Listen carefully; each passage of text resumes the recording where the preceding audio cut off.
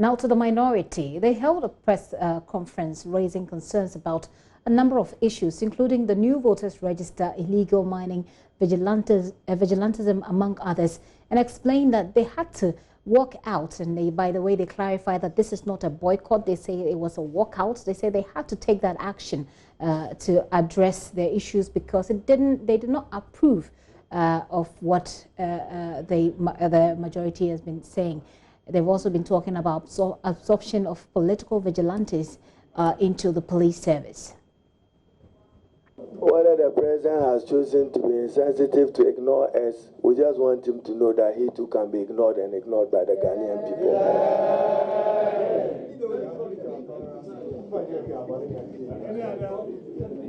Well, oh, okay, maybe.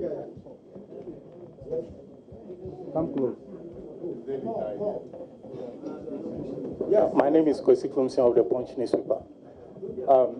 Leader, are you going to extend or register your protest to the international community in respect of the new register?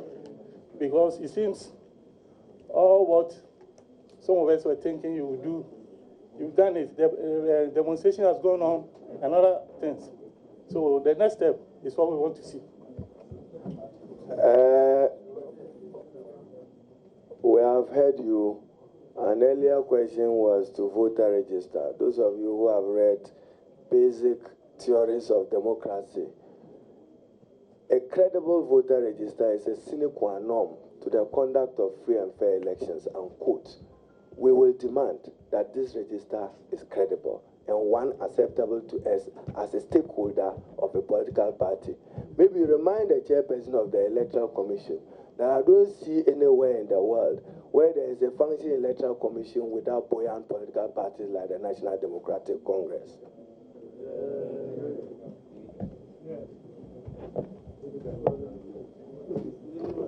Hello, my name is Julius. I report for the Ghanaian Times. Leader, I would want to know why you decided to spring a surprise on all of us, because you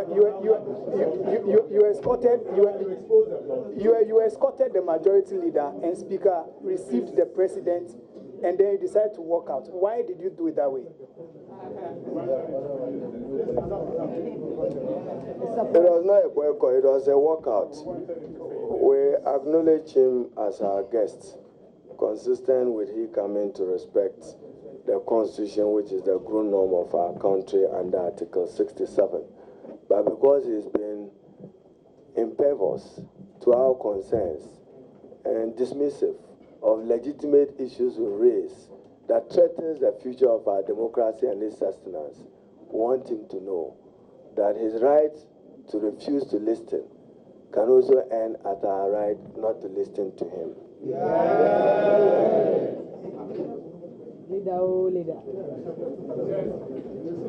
The young man asked a question about international community. The international community, we quoted the U.S.